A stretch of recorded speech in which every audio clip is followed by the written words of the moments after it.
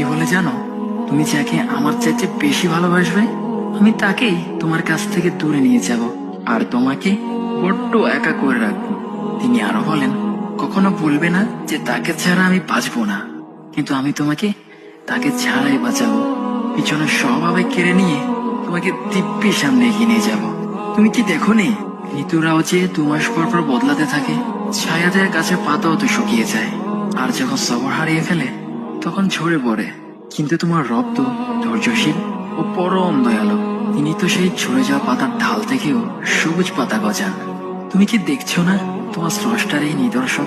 যে মানুষটাকে তুমি নিজের জীবনের চাইতেও বেশি ভালোবাসতে, সেই মানুষটাও একদিন অচেনা হয়ে যায়, তোমার মন ভেঙে যায়, এমনকি বন্ধুর শত্রুতে পরিণত হয়। আর খানিক সময় পর শত্রু বন্ধুতে পরিণত হয়। যে মানুষটাকে তুমি নিজের জীবনের অংশ ভাবতে, সে মানুষটাও প্রতারণা করে।